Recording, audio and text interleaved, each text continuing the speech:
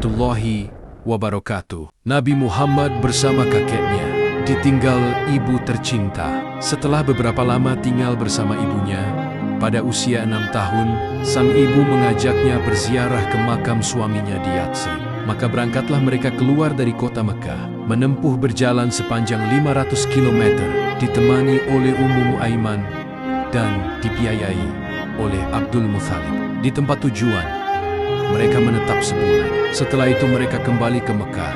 Namun, di tengah perjalanan, ibunya menderita sakit dan akhirnya meninggal di perkampungan Abwa yang terletak antara kota Mekah dan Madinah, di bawah asuhan sang kakek.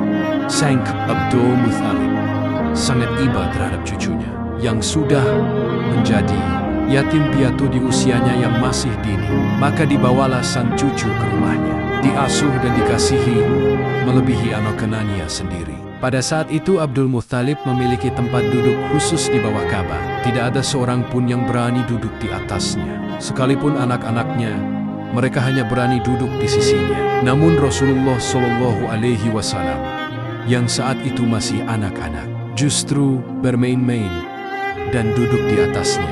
Karuan saja payment pamannya mengambil dan menariknya. Namun, ketika sang kakek melihat hal tersebut, beliau malah melarang mereka seraya berkata, "Biarkan dia. Demi Allah, anak ini punya kedudukan sendiri." Akhirnya Rasulullah SAW kembali duduk di majelisnya. Diusapnya punggung cucunya tersebut dengan sukacita melihat apa yang mereka perbuat. Tapi, lagi-lagi kasih sayang sang kakek tak berlangsung lama. Dirasakan Muhammad kecil.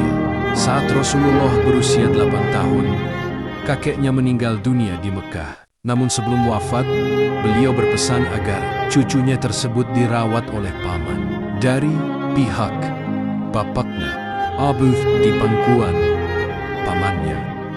Kini Sallallahu Alaihi Wasallam berada dalam asuhan pamannya dan juga sangat mencintainya.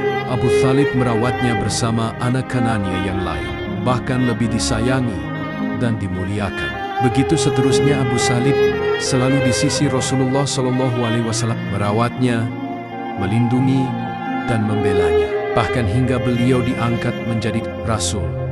Hal tersebut berlangsung tidak kurang selama 40 tahun bersama pendeta Buhaira. Pada saat Rasulullah SAW berusia 12 tahun, Abu Thalib mengajaknya berdagang ke negeri Syam. Sesampainya di perkampungan Bushra yang waktu itu masuk wilayah negeri Syam, mereka disambut oleh seorang pendeta bernama Buhaira. Semua rombongan turun memenuhi jamuan Bahira kecuali Rasulullah. Pada pertemuan tersebut, Abu Thalib menceritakan perihal Rasulullah SAW dan sifat-sifatnya kepada pendeta Buhaira. Setelah mendengar ceritanya, sang pendeta langsung memberitahukan bahwa anak tersebut akan menjadi pemimpin manusia sebagaimana yang dia ketahui ciri-cirinya dari kitab-kitab dalam agamanya. Maka dia meminta Abu Thalib untuk tidak membawa anak tersebut ke negeri Syam karena khawatir di sana orang-orang Yahudi akan mencelakainya. Akhirnya Abu Thalib memerintahkan anak buahnya untuk membawa pulang kembali Rasulullah SAW ke Mekah. Perang pada usia 15 tahun, Rasulullah itu serta dalam perang Fijar yang terjadi antara suku Quraisy yang bersekutu dengan Bani Kinanah melawan suku Qais Island, dan peperangan dimenangkan oleh suku Quraisy. Pada peperangan tersebut, Rasulullah SAW membantu pamannya menyiapkan alat panah. Setelah perang Fijar usai, diadakanlah perdamaian yang dikenal dengan istilah Hilful Fud, disepakati pada bulan Zulkaidah yang termasuk bulan haram. Di rumah Abdullah bin Judan At-Taimi, semua kabilah dari suku Quraisy ikut dalam perjanjian tersebut. Di antara isinya adalah kesepakatan dan upaya untuk selalu membela siapa saja yang dizalimi dari penduduk Mekah, dan mereka akan menghukum orang yang berbuat zalim sampai dia mengembalikan hak.